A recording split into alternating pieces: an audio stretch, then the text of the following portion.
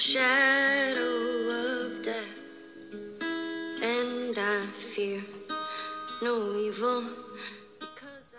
Bonjour à tous, c'est Gorgul, j'espère que vous êtes bien installés et que vous allez bien. C'est parti, enfin, le premier compte-rendu vide-grenier de l'année 2018, si je dis pas de bêtises quand même. Avec deux vide-greniers que j'ai fait avec ma copine, très tôt le matin, un peu sous la pluie, pour le deuxième surtout. Et j'ai trouvé pas mal de choses, donc c'est plutôt cool, on s'est pas levé pour rien. On commence de suite donc avec des Blu-ray, donc à la fin de cet épisode il y aura encore des achats, quelques achats Micromania, Le Bon Coin et comme d'hab les jeux auxquels j'ai joué, même si j'ai pas terminé grand chose ces temps-ci, je suis un peu sur plusieurs jeux à la fois. Voilà, donc on commence de suite avec du Blu-ray et ce petit Die Hard 4. Voilà, pour 2 € les Blu-ray, hein. Par contre 29,99 € ça me paraît très très cher pour un Blu-ray neuf. Surtout s'il n'est pas 3D ni rien, je comprends pas trop cette étiquette. Bref. Ensuite on a Invasion. Je ne le connais pas celui-là, je sais pas ce que ça vaut du tout. Night and Day, très bon film d'action avec Tom Cruise et Cameron Diaz. Un Shark 3D, donc ça je l'ai juste pris parce qu'il est en 3D, pour voir un petit peu ce que ça donne. Le Flingueur avec Jason Statham, inconnu au bataillon pour moi également. Jumper, un film plutôt sympa de science-fiction. Hop là. Ensuite on a Mirrors, un film d'horreur assez correct. Et puis une belle petite surprise des studios Ghibli que je ne connaissais pas, Pompoko. Voilà. Donc à peu près 2 € le Blu-ray, 1 € le DVD comme souvent. On continue avec un petit jeu PSP dans sa version américaine, j'ai l'impression, Untold Legend Brotherhood of the Blade. Voilà, un hack and slash à la Diablo, assez sympa sur PSP. Ensuite, la première trouvaille de la journée, c'était un lot de jeux Wii. Donc on a un Super Smash Bros. Brawl complet, donc avec une jaquette par contre un petit peu abîmée par l'eau. Et un Super Paper Mario. Voilà.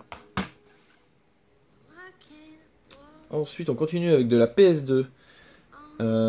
Et deux compiles, pas sur le même stand. Donc ici on a le Crash Bandicoot Action Pack, voilà, qui réunit Nitro Kart, Twin Sanit, pardon, et le Tag Team Racing.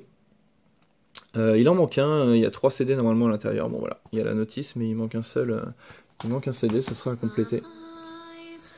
Ensuite une autre compile avec un fourreau cartonné. J'essaye de les prendre quand je les vois pour la PS2. Donc il s'agit de la collection Les Sims ici. Voilà, qui regroupe 2 épisodes. Et ensuite, un jeu qu'on ne voit pas souvent. Il s'agit du Drakan The Ancient Gate. Voilà, complet. Donc celui-ci je l'ai eu pour 4 €. Hop. On continue avec un lot de 3 jeux qui étaient dans un carton. C'est ma copine qui a vu le carton et la personne me dit c'est 2 € l'unité pour les jeux à l'intérieur. Donc j'ai pris un jeu PS3 inconnu au bataillon, Warrior Legend of 3. Voilà. Un autre jeu PS3, le Metal Gear Solid HD Collection. Et pour terminer un Pokémon Y. Voilà. 2 € chacun, donc c'était plutôt cool. Tac. Ensuite, qu'est-ce qui s'est passé de marrant dans ce vide-grenier? Pas grand chose, hormis qu'à un moment je tombe sur un stand avec pas mal de jeux PS1 qui m'intéressaient et j'ai demandé à la personne combien il les vendait. Et là, il savait pas trop, donc c'était un adolescent. Et il me dit 10 € le jeu. Donc sur le coup, j'ai eu un petit rictus quand même, mais pas méchant. Hein. Et je lui ai dit, ah bon, 10 € des jeux PS1? Et alors, soit tu dis que tu t'y connais en gros et que tu dis que tu vends tes jeux 10 € en connaissance de cause, mais lui ça avait pas l'air d'être trop le cas et donc je lui ai tendu un jeu, je sais plus lequel, et je lui ai dit combien pour celui-ci et là il m'a dit 20 €, un jeu PS1 classique quoi, un truc qui vaut 5 €, admettons à la cote quoi, bref. Donc j'ai pas trop compris son raisonnement, puisque même un mec qui s'y connaît il peut acheter des prix à la cote ou un petit peu en dessous. Mais là, il avait même pas de prix par jeu, c'était 10 € l'unité ou 20 €. Bon. Donc je lui ai pris aucun jeu malheureusement, tant pis pour moi. Et puis j'ai loupé aussi un Blade Runner en big box.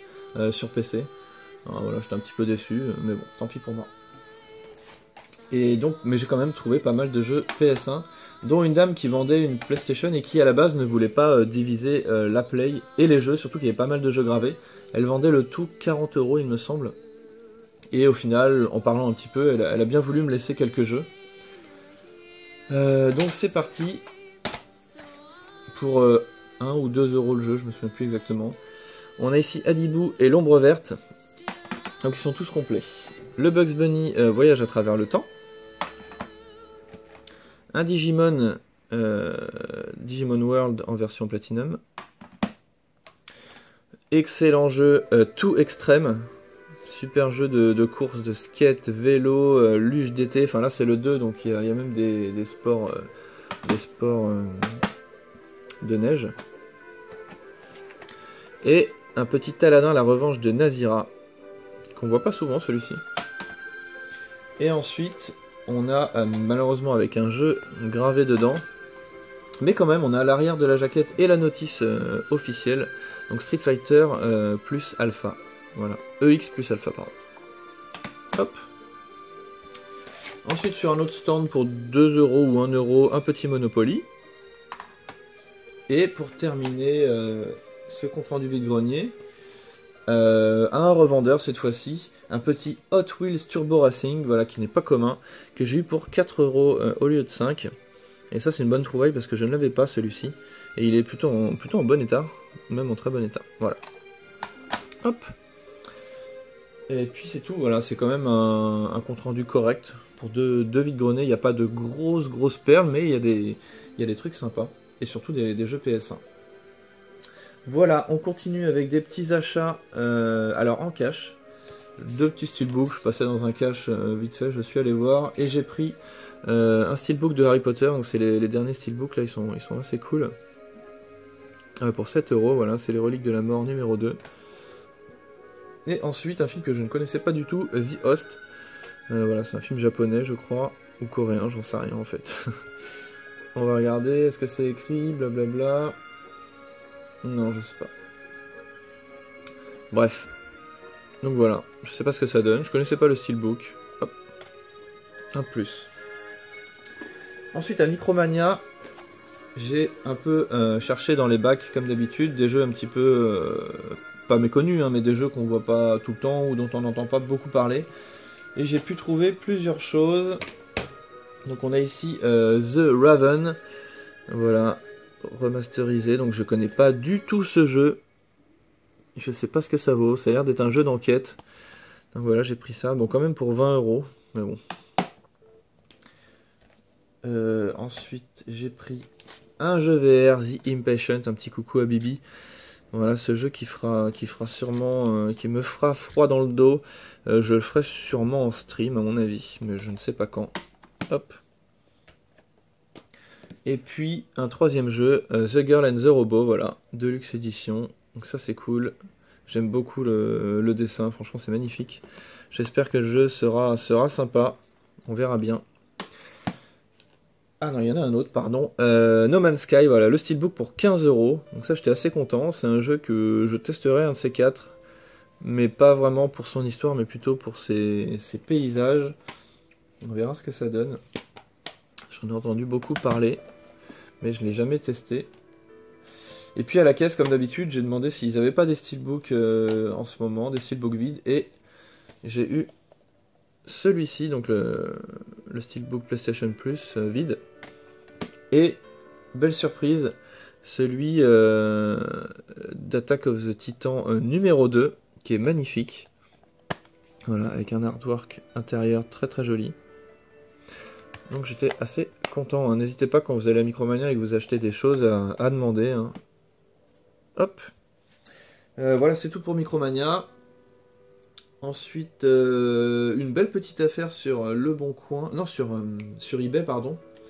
Un jeu Nintendo 64, Chopper Attack, donc que j'ai complété, que j'ai réussi à trouver. Je l'avais mis de côté, je suivais une affaire à 40 € sur eBay, mais ça m'embêtait un peu de mettre 40 €, donc j'ai attendu un petit peu.